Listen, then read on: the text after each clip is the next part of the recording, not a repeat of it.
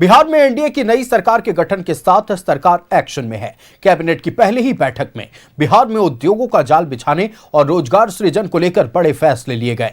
दूसरी ओर deputy CM सम्राट चौधरी ने गृह विभाग का पद संभालने के साथ ही माफिया और मंचलों को नकेल कसने के निर्देश दिए हैं। देखिए रिपोर्ट।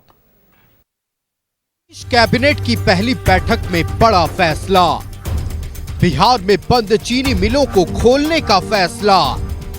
बिहार बनेगा पूर्वी भारत का नया टेक हब, बिछेगा उद्योगों का जाल, मिलेगा रोजगार।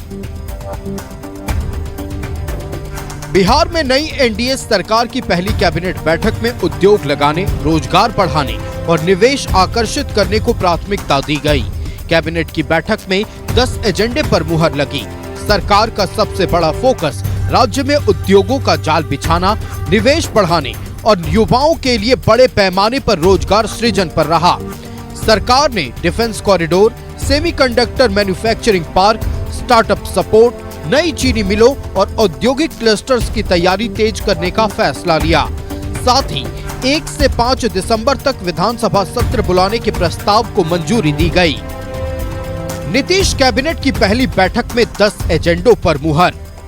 बिहार में बड़े पैमाने पर उद्योग विकसित करने का निर्णय, नए औद्योगिक क्लस्टर और पुराने क्षेत्रों के पुनर्जीवन की योजना, डिफेंस कॉरिडोर और सेमीकंडक्टर मैन्युफैक्चरिंग पार्क स्थापित करने की तैयारी, ग्लोबल कैपेबिलिटी, मेगाटेक और फिनटेक सिटी विकसित करने का प्रस्ताव, स्टार्टअप नीति में संशोधन और युवा उद्यमियों को सहायता, नई चीनी मिलें लगाने और बंद मिलों को शुरू करने की योजना, 25 चीनी मिलों का होगा पुनर्जीवन, बंद 9 सरकारी चीनी मिल खोले जाएंगे, बिहार आर्टिफिशियल इंटेलिजेंस मिशन की स्थापना, 11 शहरों में बनेगी नई सैटेलाइट और ग्रीनफील्ड टाउनशिप, उद्योग और रोजगार के विकास के लिए उच्च स्तरीय कमेटी का गठन, युवाओं को 1 करोड़ रोजगार देने का लक्ष्य दोबारा दोहराया।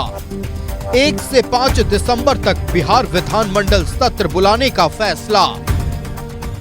गोल बहुत स्पष्ट है कि उद्योग के क्षेत्र में और रोजगार के अवसर को तेजी से हम लोगों को बढ़ावा देना है। एक और कैबिनेट की बैठक में उद्योगों का जाल बिछाने और रोजगार सृजन पर फोकस रहा।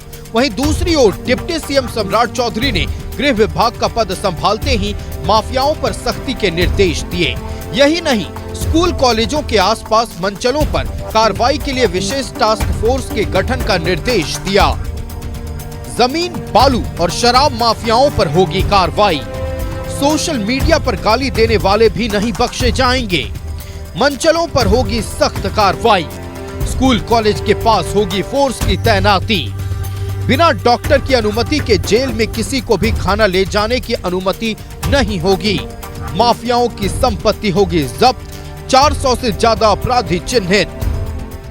जो अपराधी हैं, चाहे वो किसी भी स्तर के माफिया हो, जमीन माफिया हो, बालू माफिया हो या शराब माफिया, इसको चिन्हित करने का काम किया जाएगा। उनके खिलाफ कार्रवाई की जाएगी। साथ ही साथ जो हमारे यहाँ जितने स्कूल कॉलेजेस हैं,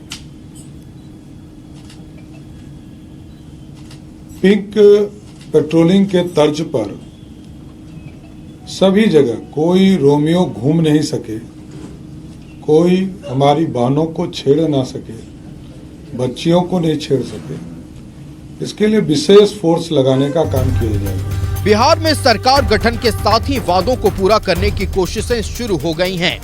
बिहार में जहां उद्योग लगाने के साथ रोजगार सृजन पर जोर दिया जा रहा है, साथ ही सुशासन के राज में माफिया और मंचलों पर शिकंजा करने की तैयारी है।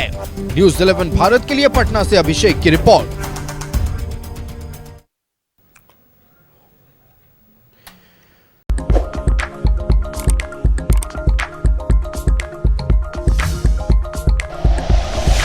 Like and share videos, subscribe करें हमारा चैनल और प्रेस करें बेल आइकॉन। न्यूज़ 11 भारत।